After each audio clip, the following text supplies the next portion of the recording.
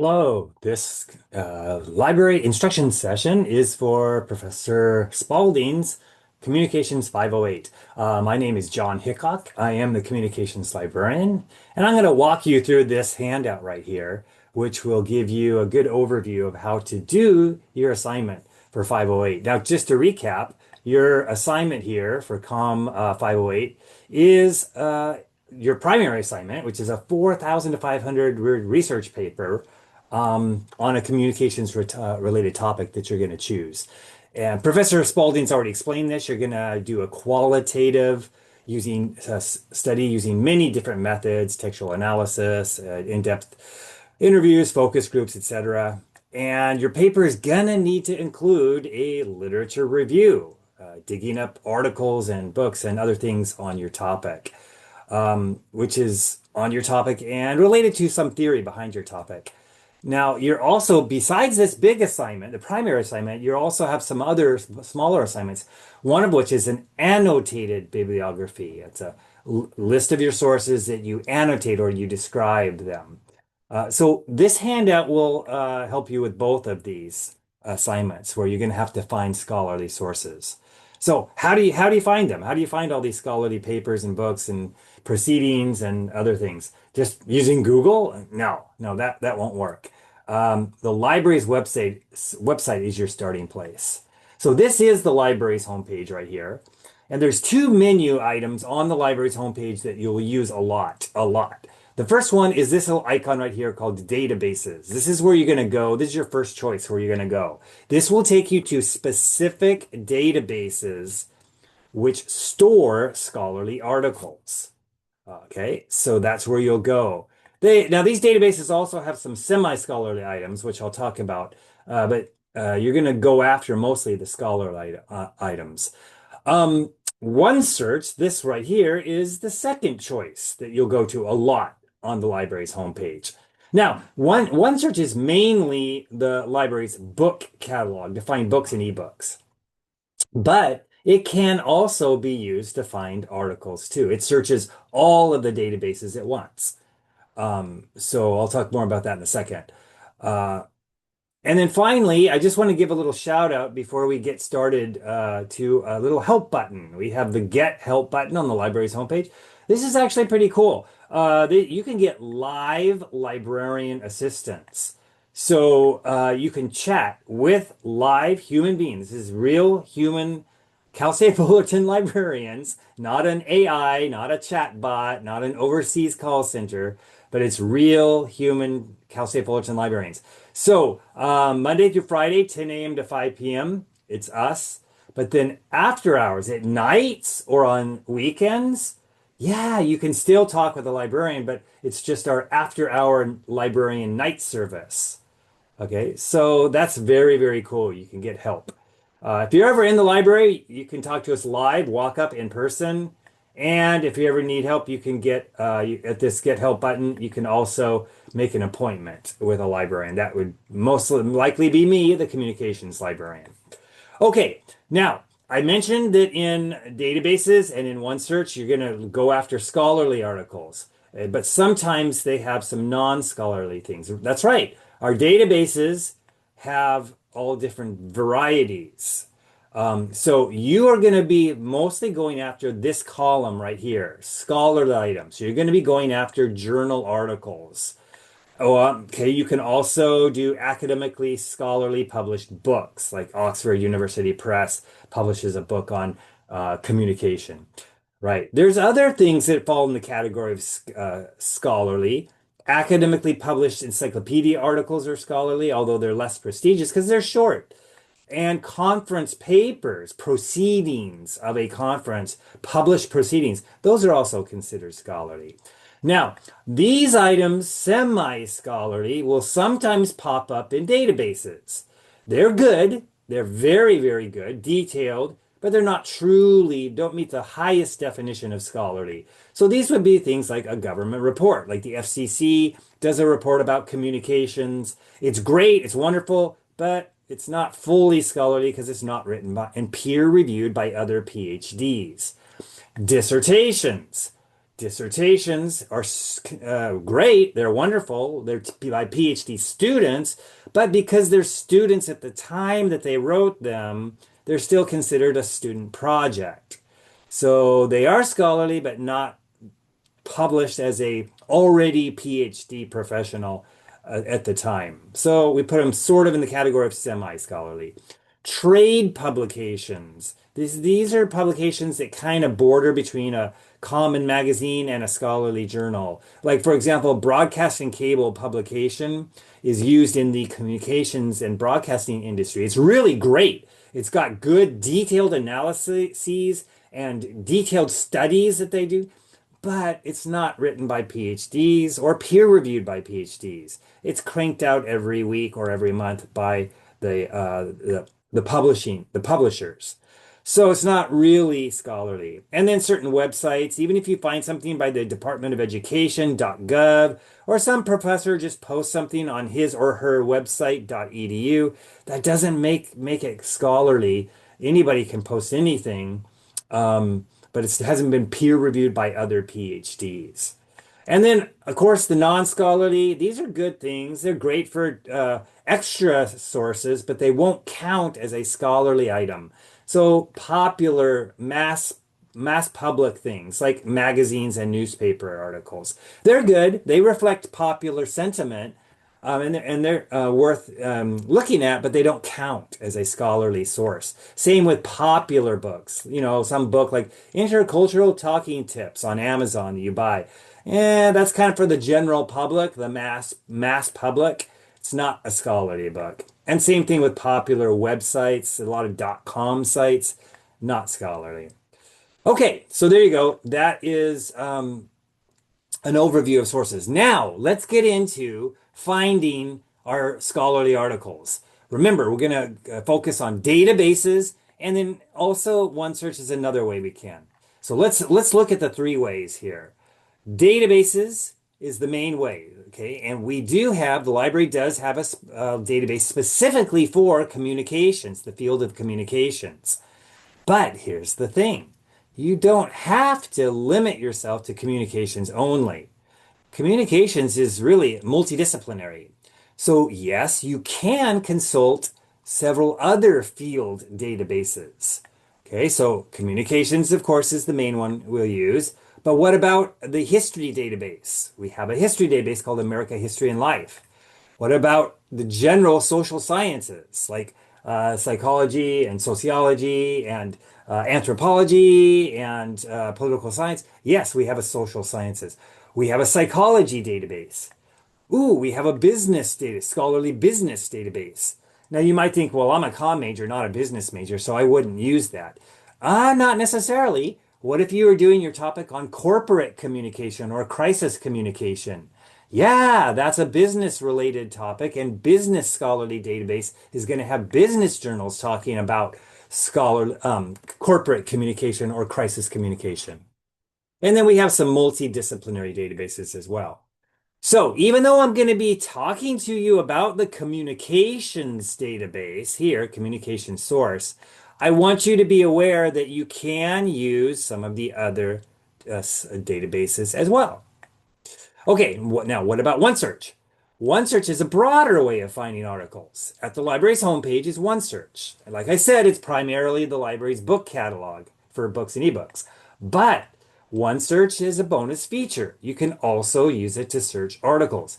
What it does is it does a meta search. It searches all of the library's databases at once. So all of these, plus lots of others, it searches them all at once. All right, now this is good because you get more breadth, right?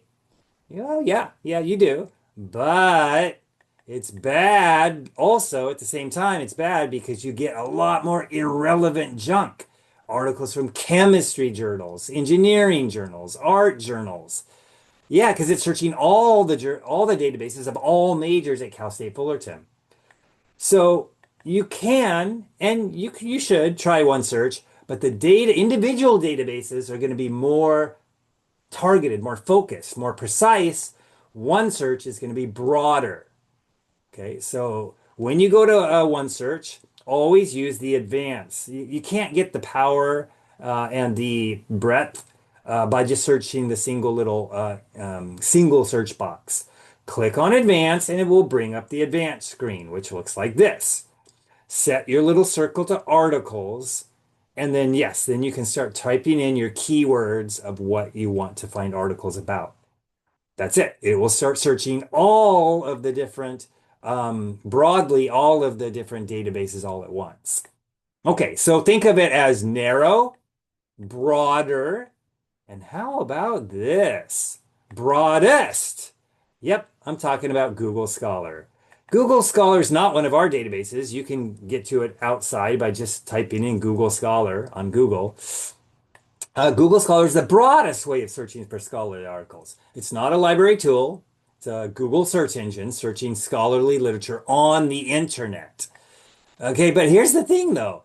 Many times you're going to find the exact same articles in the databases or in one search as you do in Google Scholar.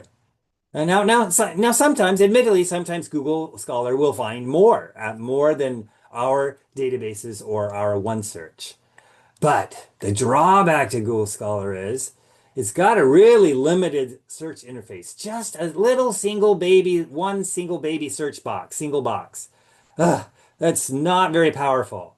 And then the second drawback is it's got tons of irrelevant articles from unrelated disciplines. And then third, sometimes you not even get necessarily scholarly things. It might just pull up a report that somebody has put up on a .edu website, but it's not a peer-reviewed PhD in a scholarly journal. Okay, so Google Scholar, yes, it's broadest of all, but it does have some drawbacks. In this little diagram I made, you can see the individual databases, broader, which is here, the one search, and then broadest of all is Google Scholar searching the whole internet. So which ones should you search? This one, or this one?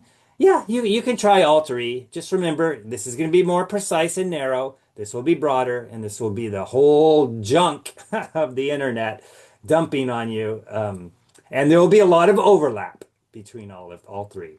So, you can try all three.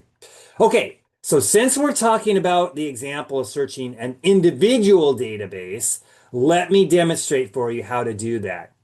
I'm going to use the communication database called Communication Source as my example. Okay, so how do you search a database like Communication Source? Well, it's really pretty easy. It's just 3 steps. Here's the 3 steps. We have step number 1 is our search screen, which just went away. There it is. Step number A is our search screen, which looks like this. Okay, now I'm not going to take time to go through all of this. I've dissected the search screen, and I've given you a whole bunch of things explaining what everything is on the search screen. Basically, the thing you need to know is your search screen works the same like Google. It gives you boxes, well, multiple boxes. Plain Google just gives you one box, but it gives you multiple boxes you can type in your keywords. In this example, I typed in crisis communication, leadership, and theory. Okay, so that's it. You type in. Now you can do other filters. You can check peer reviewed. You can set your date range. You can play with other kinds of things you want to search besides keywords, because keywords is only one way, but you can do other kinds of searching. So there's lots of things you can do, but if you just start off with some keywords and then hit the search button, that will take us to step B. Okay, step B is the results screen. In the results screen, it matches how many articles match your keywords. So you can see, I'm going to zoom in a little bit here. You can see that, let's zoom in a little bit more. You can see that 22 results in step B that I got. So here's an article, Communication Crisis, Corporate Reputation. Here's another article, Better Together, Examining Crisis Communications on a University Campus. And then on and on. There's 22 different articles that match your keywords, crisis communication and leadership and theory. Okay. So what you do on step B is you just go down your list and you spot read or spot check the different titles.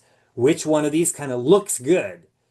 Okay. So if it looks boring or stupid or irrelevant, then move on and look for another one that jumps out at you as looking good. Now, again, I've dissected some things you can do here. You can refine your results. You can sort your results.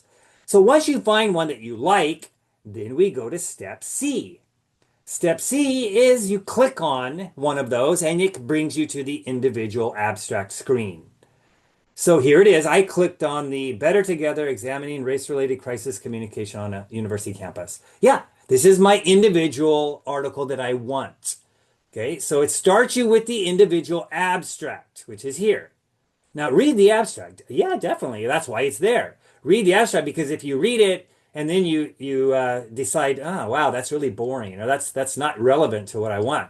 Like I don't want that. Then great, you just saved yourself time. Don't go hit the back button. Go back to results, the B step B, the results screen, and pick something else. Don't waste your time. But if you do like it after reading the abstract, then that's good. Okay. So then you can say, yes, I like this. The abstract's good. And then right here on all articles, you will see Access Options button. So the Access Option button gives you a little pull down box and it will give you the full text immediately. Now, will it always do that? No, sometimes it won't. If the PDF option is not there available immediately, if it's not there, if you just only get the abstract, okay, that's no problem. Just click the little choice in this drop-down box will be a choice saying find it. The find it button that will give you a link to another database that does have the full text. Or, okay, sometimes this will happen too. Sometimes, if no other database has the full text, then it will link you to the interlibrary loan request page, where you can then request it. Just fill out a little request form, and then you'll receive the full text PDF in your email inbox anywhere from 2 to 24 hours, 2 to 48 hours. See, the reason is if we don't have the full text immediately, then you do the request, and the librarians, will take it from there. The Pollock Library will take it from there. The librarians will get it from another library, and then we'll email it to you. The PDF scan of that article, will email it to you within 2 hours. Sometimes it's very fast. Within 2 hours, we get it through our network of interlibrary loan. Or if it's difficult or it's complicated to get, or it's over the weekend, because our interlibrary loan service it only works on school days, Monday through Friday. So then you'll have to wait till Monday morning if you request it on a Friday afternoon. Okay? So, but a lot of the times the PDF shows up there exactly PDF immediately, and you can start reading and downloading your article right away. One other thing I wanted to point out about is subject terms. Every article has some subject terms right here. What are these? Oh, these are kind of like on social media, when you have a photo on Facebook or Instagram or something, and you tag the photo of your friends. Exactly. That's what these are. These are tags of what this article is all about. This article is all about communication ethics. It's about leadership. It's about crisis communication. It's about corporate turnarounds. So you can use these subject terms to go back when you're searching and plug them back in to do subsequent searches to find a different set of results. You'll get a different set of results, different articles to choose from, and then you can click on those individual articles and build your treasure trove, your treasure chest of all your different articles that you want to use in your bibliography. You see? So that's an extra way to find even more articles when you're building your bibliography. All right. We already talked about OneSearch as for finding articles. OneSearch is also primarily known for finding books. So I did want to mention you go to OneSearch again. Always again, use the advanced search. Don't use the little baby single box. go to advanced, set your circle for books this time instead of articles, and then once again, type in your keywords. Maybe this time I'll type in television broadcasting, and then up will come a whole bunch of books in our books or ebooks. Okay, so for the print books, it will display the floor and shelf location of the book. So yes, for print books, you will have to come in person to our library to get them. Okay, but for for ebooks, if it says ebook, it won't give you a floor location. It will just give you an online link and then for the link, that's it. You can see right here. If it doesn't show you paper books, it also shows you thousands of ebooks, which you can read for home. So that's you just click on the link and you can start reading those ebooks immediately from home. You don't even have to come to campus to the library. Okay. At the databases, you also can find some of our encyclopedia entries. We have e-encyclopedias. Those are scholarly, but they're not as prestigious as journal articles or books. And then we also have some databases for non-scholarly items. You really won't be going after the non-scholarly items when you're building your scholarly choices, but occasionally you may want to consult a magazine or you may want to consult a newspaper just to see what kind of popular or public opinion pieces are in popular general public sources, non-scholarly sources. So we do. We have databases for magazines and business publications. We have database, and here they are. These are the databases. And we have databases for newspapers. We also have some cool databases that will pull up reports or statistics that you can look up. Statistics are nice. You can pull up some great statistics to beef up your study. Like if you need some statistics on some communications topic, then this will automatically give you pie charts and bar charts of any kind of statistics you want. Finally, everybody, on the last page of this handout, I give you a free cheat sheet. The free cheat sheet is how to use APA style in citing in the body of your writing. So in the body of your writing, you can use any of these methods. It's or wordings. You could say, if you find a scholarly study by Hernandez in 2003, you could say in your body of your writing, Hernandez 2003 reported that blah blah blah blah. Or you could say a 2003 study, Hernandez shows that blah blah blah blah. Or you could say in 2003 Hernandez wrote blah blah blah blah. Any one of these is acceptable. Okay, so that's how you word it in the body of your writing. Now, at the end of your paper, you list all your sources, and you can't just list it any old way you feel like it. You have to list it in APA format or style. So these samples right here, here's some samples, here's some samples, here's a sample. These are correct APA format. So all you do is follow this same format for your sources and make sure. So last name, comma, first initial, year, title of the article, title of the journal. Okay, that's the correct format for all these different things. Okay, so just follow this as use it as a template. By the way, good news on all of our databases and also on OneSearch, there's a little magic button.